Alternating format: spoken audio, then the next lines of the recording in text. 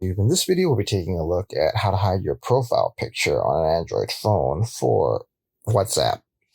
If you like this kind of content or find this kind of content helpful, leave a message down below. Don't forget to subscribe, and thanks for watching. So if you want to hide your profile picture in WhatsApp, thankfully it's pretty easy to do so on Android. First thing you want to do is actually jump into your WhatsApp settings. Once you're in your WhatsApp settings, you want to scroll down and you want to look for a setting called privacy. And then from there, what you want to do is hit privacy. From there, what you want to do is scroll down and you want to look for a setting called profile picture. And then you want to hit profile picture.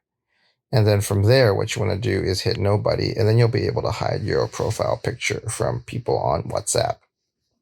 And there you have it, everyone. Just a quick tip on how to hide your profile picture on WhatsApp for Android. If you like this kind of content, or if you find this kind of content helpful, leave a message down below. Don't forget to subscribe, and thanks for watching.